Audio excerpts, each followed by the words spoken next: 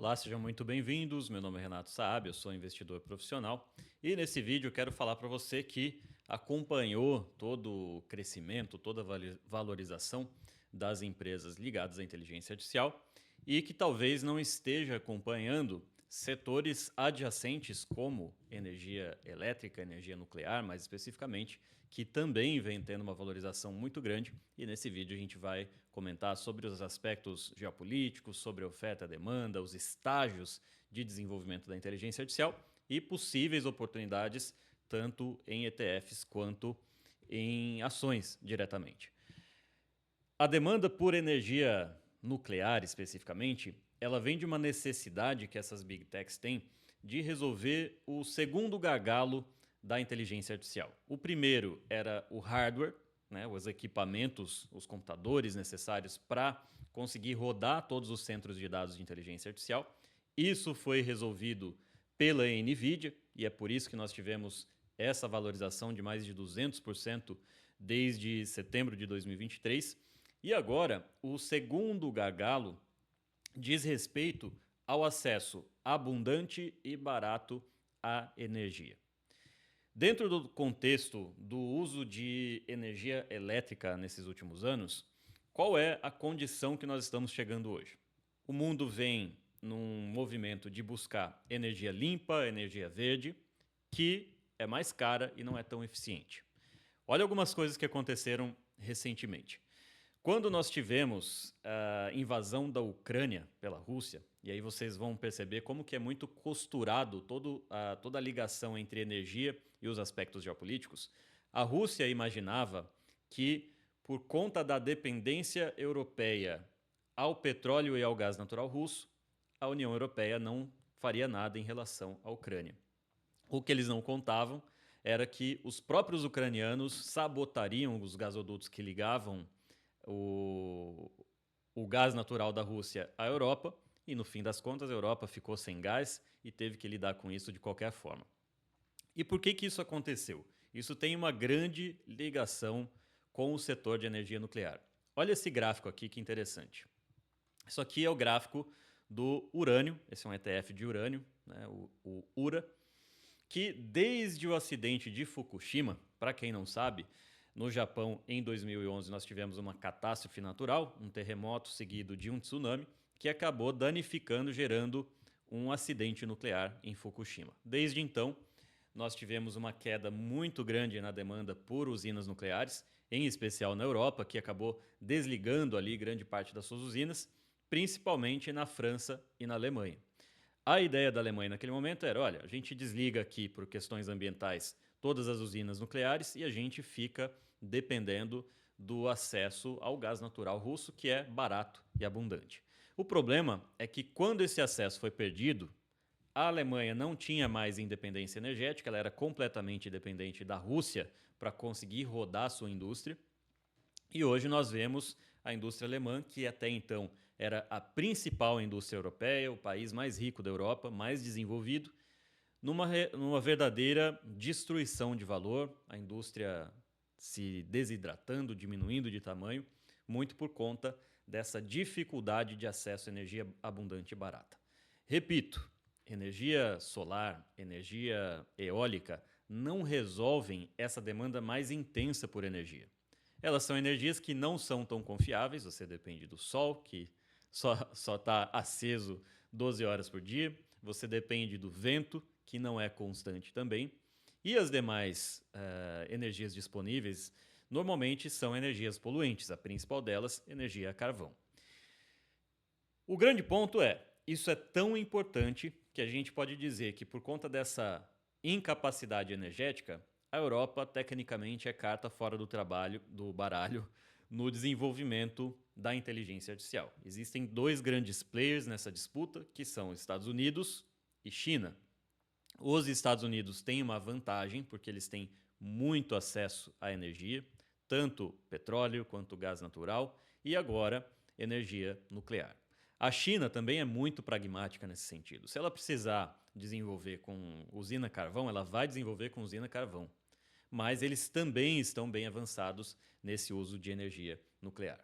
Olha que interessante. Por que é tão surpreendente esse movimento de alta que vem acontecendo no setor de utilities, né, de serviços básicos? E aí entra saneamento, energia elétrica, porque esse é um setor que historicamente é um setor pagador de dividendos.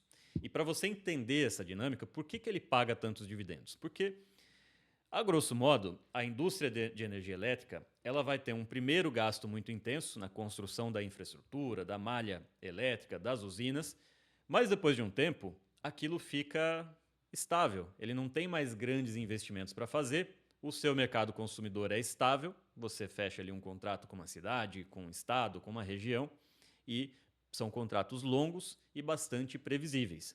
Por consequência, é um setor que paga muitos dividendos porque ele não precisa ficar reinvestindo em crescimento.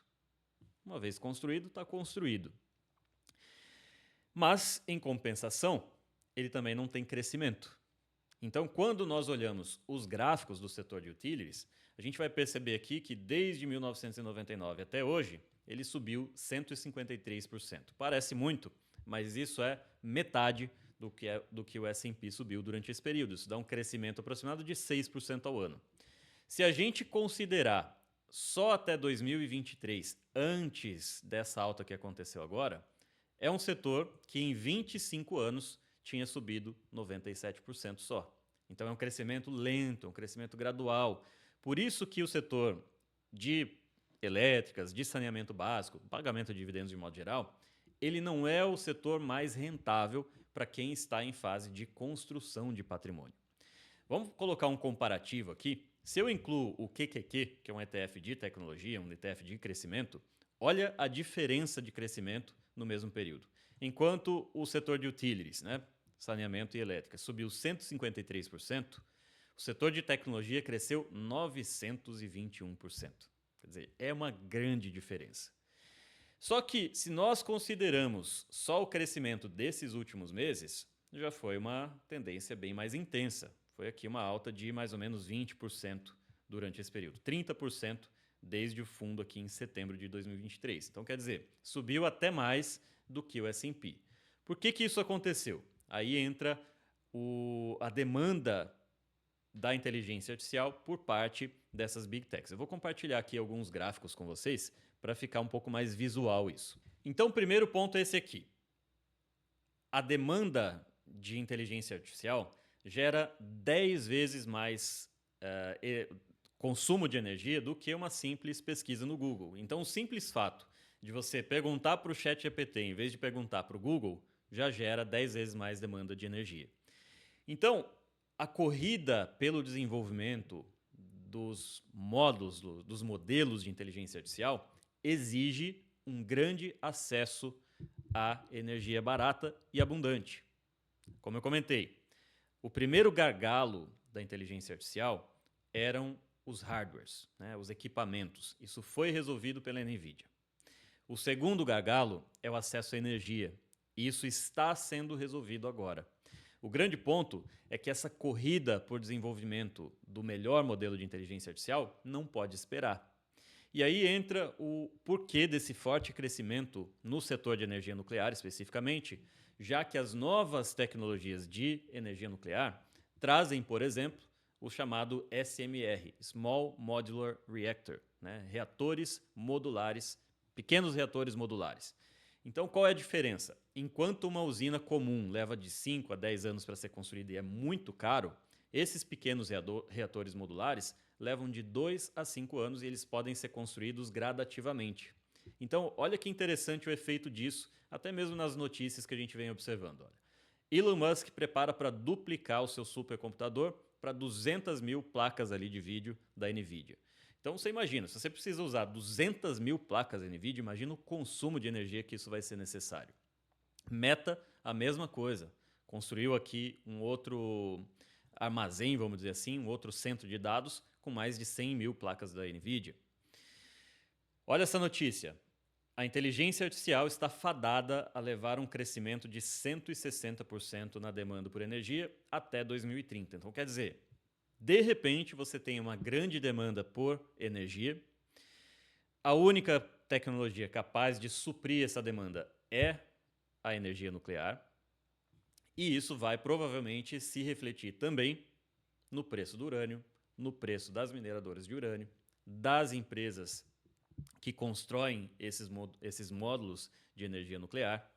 E é por isso, por exemplo, que a Microsoft já está se adiantando, fechando um contrato de 20 anos com a Constellation Energy para essa oferta de energia, que nesse caso também é nuclear.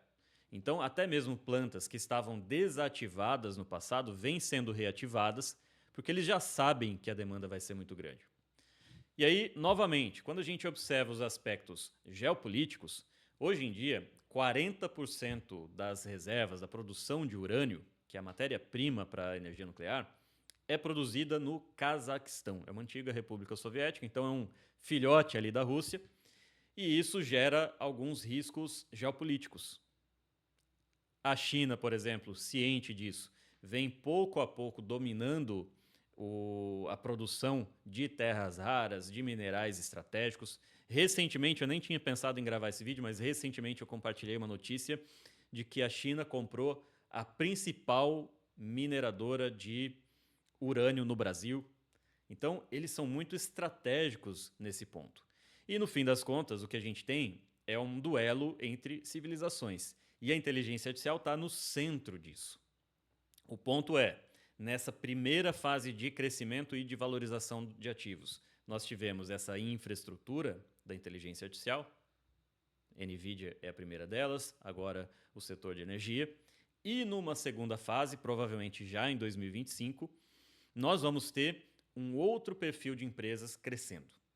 Empresas ligadas a agentes de inteligência artificial, que basicamente são inteligências com funções específicas para automatizar processos. Então, eu já tenho um agente de inteligência artificial que eu mesmo programei para me dar todas as informações que eu preciso especificamente sobre o meu trabalho.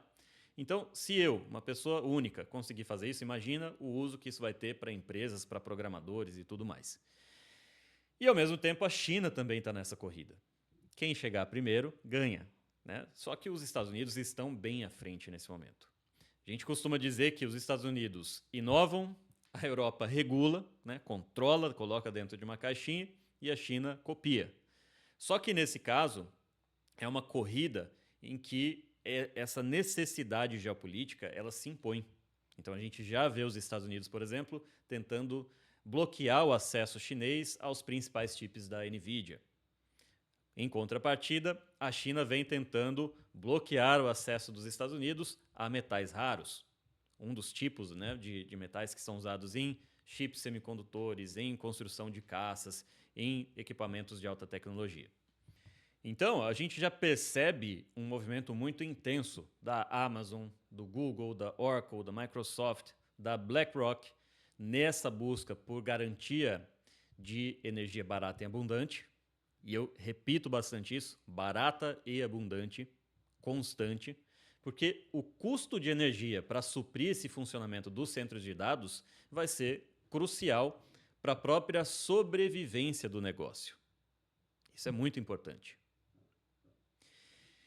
E o ponto de tudo isso é que o acesso a essa energia provavelmente só vai ser viável por duas fontes, ou gás natural ou energia nuclear.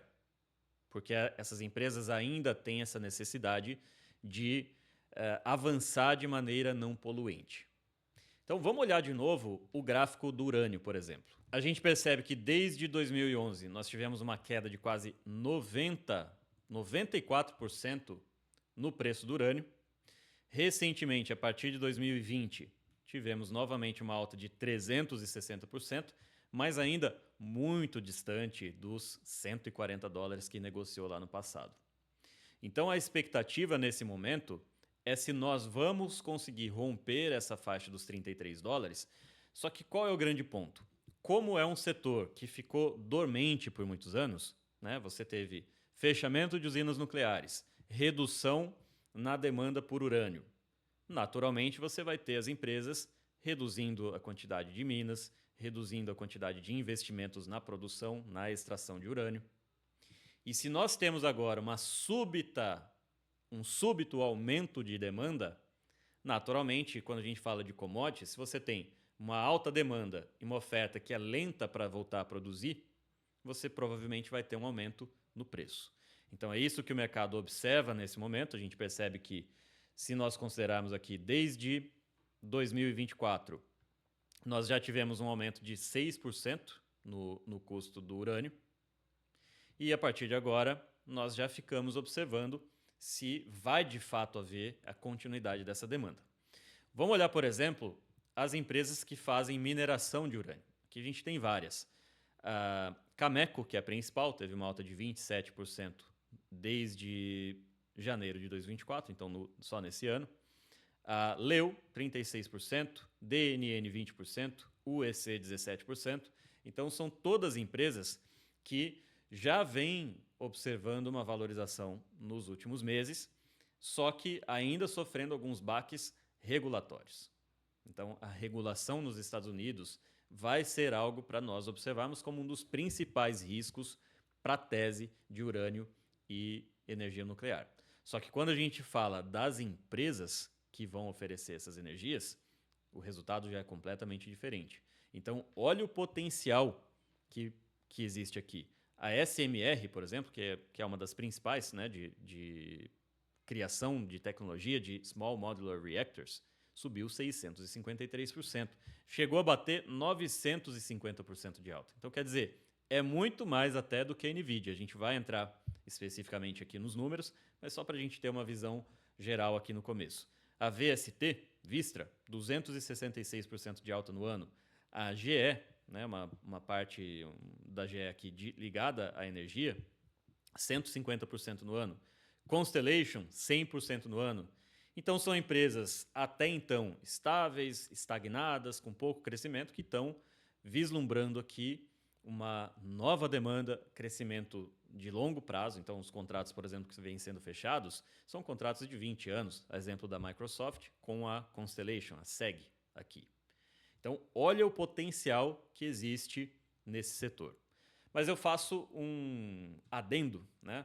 Só para vocês perceberem o seguinte: sempre que nós investimos numa tecnologia nova, uma tecnologia que ainda não se comprovou financeiramente para as empresas, várias dessas empresas ainda não dão lucro, ainda não têm resultados consistentes, o risco também é muito maior.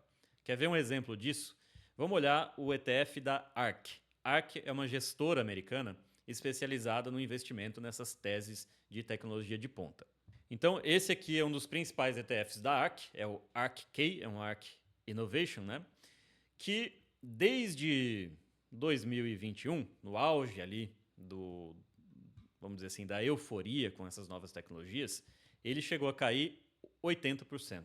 E agora vem tendo uma valorização um pouco maior e desde o início de 2023 já teve 64% de alta. Então, qual é o risco? Quando você investe em empresas que estão num estágio preliminar, o risco é que elas simplesmente não dê certo. Então, o que muita gente vem analisando nesse momento é: será que vale a pena eu investir numa dessas pequenas empresas que estão se especializando na tecnologia de reatores modulares, enquanto eu tenho ótimas empresas já lucrativas que já venceram o jogo, entregando tanto resultado? Esse é o questionamento básico que um investidor teria que fazer nesse momento. Então, olha que interessante esse relatório aqui do Morgan Stanley, né, comentando: olha, o foco de inteligência artificial poderia se alterar agora de infraestrutura para agentes e inteligência artificial, né, personificada, incorporada aos robôs. Então, isso pode realmente se tornar uma grande mudança. Eu até considero que, a partir do momento que nós tivermos um robô desse sendo vendido na prateleira, o Elon Musk comentou que isso deve custar em torno de $20 mil. Eu imagino que nós vamos entrar numa nova fase da inteligência artificial em que as pessoas comuns vão entender o potencial disso, porque até esse momento está um pouco mais limitado àqueles entusiastas, né, os early adopters de inteligência artificial. E eu achei muito curioso uma reportagem que eu vi recentemente em que o CEO do Google, ao apresentar a nova tecnologia dos chips quânticos, estava comentando, né, sobre o efeito disso, de como esses chips quânticos foram capazes de resolver problemas matemáticos em 5 minutos, que os computadores clássicos mais potentes do mundo hoje levariam 1 bilhão de anos. E aí teve até uma resposta do Elon Musk comentando, uau, porque realmente é uma capacidade de revolucionar o mundo muito grande em todas as áreas. Desenvolvimento de novos medicamentos, inteligência artificial, construção de novos projetos de usinas nucleares, de baterias. Então, o potencial para esses próximos anos é real. Antes se falava em séculos e agora já se fala numa janela de 5 a 10 anos. Então, tem muita coisa para acontecer.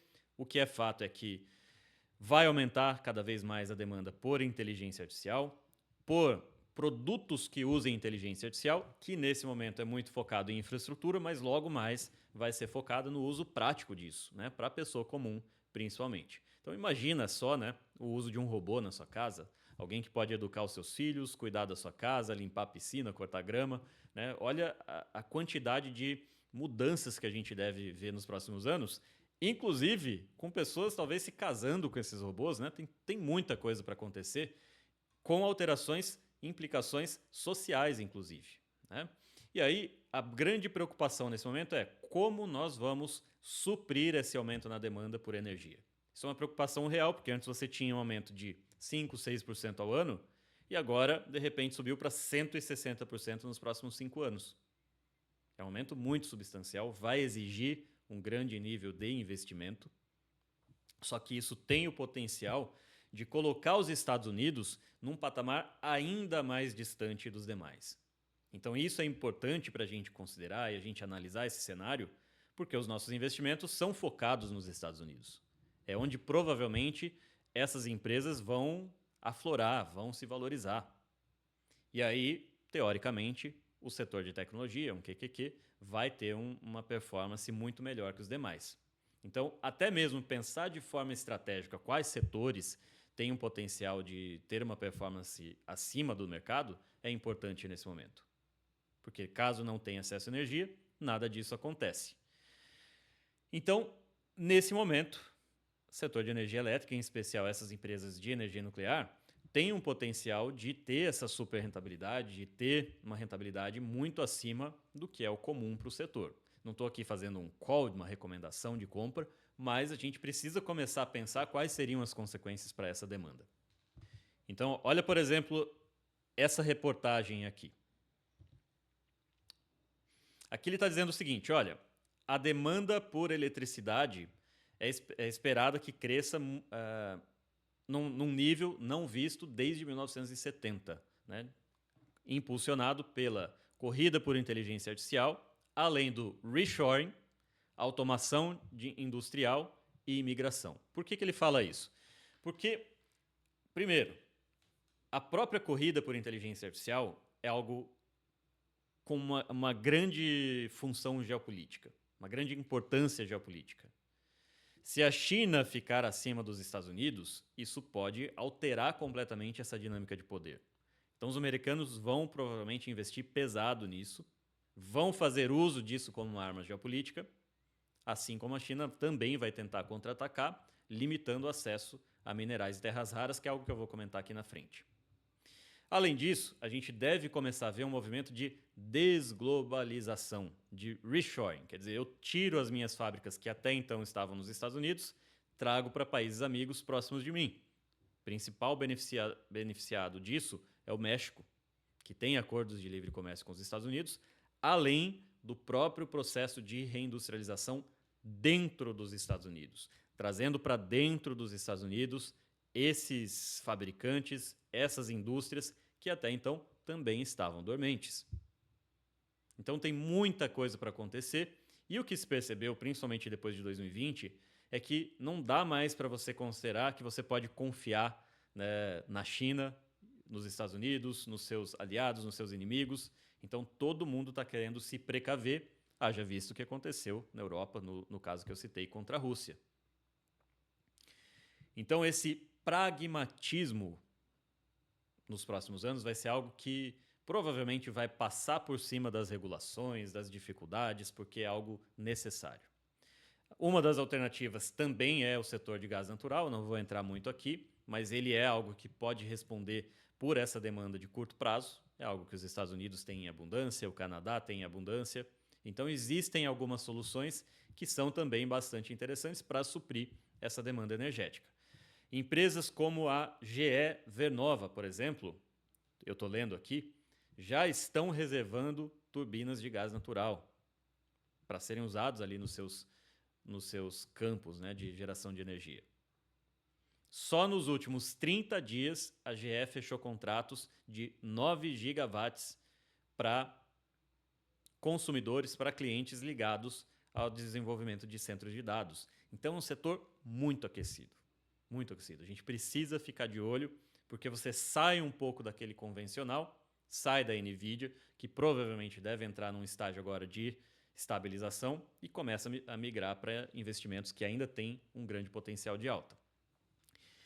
O mais importante, na minha visão, eu sempre tenho um raciocínio que vem funcionando muito bem nesses últimos 5, 6 anos que eu venho investindo nos Estados Unidos, que quem mais ganhou dinheiro na corrida do ouro que aconteceu lá no Velho Oeste não foram os mineradores, foram os vendedores de picareta. Então, se a gente pensar dessa forma e adaptar esse raciocínio para a realidade que nós estamos vivendo agora com inteligência artificial, sem dúvida nenhuma, a prestação de energia é um desses vendedores de picareta. Você não precisa saber quem será o vencedor do melhor modelo de linguagem de inteligência artificial, quem vai ser o melhor software de inteligência artificial, mas você precisa saber quem vai suprir, né, todos os equipamentos necessários, a energia necessária. Então é algo para a gente começar a acompanhar e entender um pouco mais no detalhe.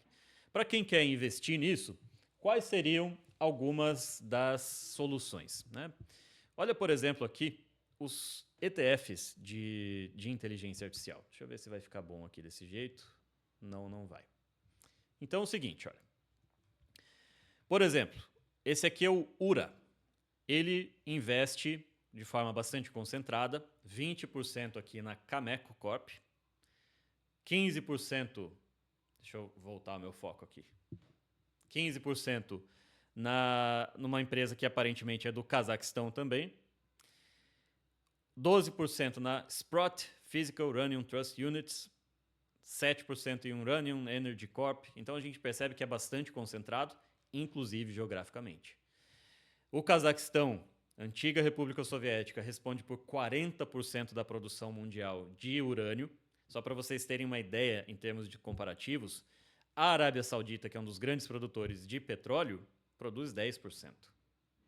Então é muita concentração num país só, em especial num país que está tão próximo da Rússia. Parece que eu estou um pouco fora de foco aqui, deixa eu ver se volta. Então ninguém quer ficar muito exposto a esses países. Isso pode ser usado contra você futuramente. Da mesma forma, um outro... Aliás, eu estava falando do ETF URNM e agora eu vou falar do URA, né, que é um ETF menos exposto em Cazaquistão. Aqui a gente já tem 26% na Cameco, 8,5% na Sprott, 7% em NextGen. Então são basicamente as mesmas empresas. A principal mudança aqui é que a Kazatomprom, que no outro ETF tem 15%, aqui tem 5%, uma redução bastante importante. Mas é uma forma de você se expor à mineração de urânio sem você correr o risco individual de uma dessas empresas. Quando a gente olha já especificamente em relação às empresas, nós vamos ter algumas principais. Então, a Constellation Energy, aqui é a principal operadora líder em energia nuclear nos Estados Unidos, maior portfólio de usinas nucleares em operação no país. A Vistra Corp também teve uma alta muito boa, que é mais diversificada, mas tem um investimento crescente em energia nuclear. A GE Vernova, que é parte da General Electric. A NuScale Power, que é focada ali nesses reatores nucleares modulares, tanto que o código dela é até SMR. BWX e Oklo. E aí, em relação às mineradoras de urânio, a principal é a Cameco, CCJ. Agora vamos olhar aqui um pouco os números dessas empresas para a gente entender um pouco melhor em que situação cada uma dessas empresas está. Eu vou começar aqui pela NVIDIA, porque querendo ou não, ela foi o grande pontapé inicial de todo esse movimento. Olha por que surgiu essa euforia tão grande com a inteligência artificial. Olha aqui nesse quadrado os resultados da NVIDIA. 2023, ela teve 33 centavos de lucro por ação. 2024, isso saltou para $1,30.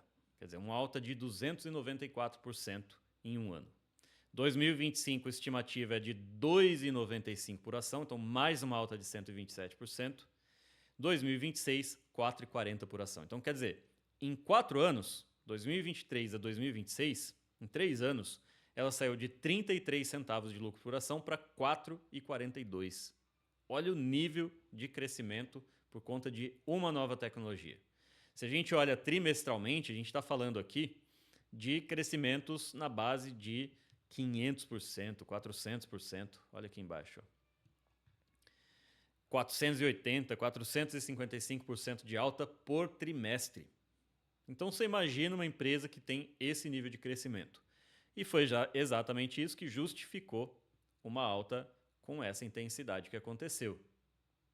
Agora, quando nós olhamos as elétricas, vamos dar uma olhada nos resultados delas também. Vamos começar aqui pela principal, Constellation Energy, que é a mais estável de todas essas empresas. Ela já tem aqui um lucro de $4,45 por ação, um aumento de 1.000% em 2023. $8,24 em 2024, então um aumento de 85%. E aí começa a se estabilizar a partir de 2025 com uma alta de 10%. Então, essa é uma empresa que nesse momento negocia a 1,6 vezes a média do S&P. Começa a ficar um pouquinho mais cara, mas ainda em patamares, né, normais. E é a principal empresa do setor, vale 70 bilhões de dólares. E ela vai ter aqui oferta de gás natural, de energia renovável, gestão de energia de um modo geral e começa a investir cada vez mais pesado também em energia nuclear. Segunda empresa é a Vistra Corp, VST, que nesse momento também teve uma alta muito forte.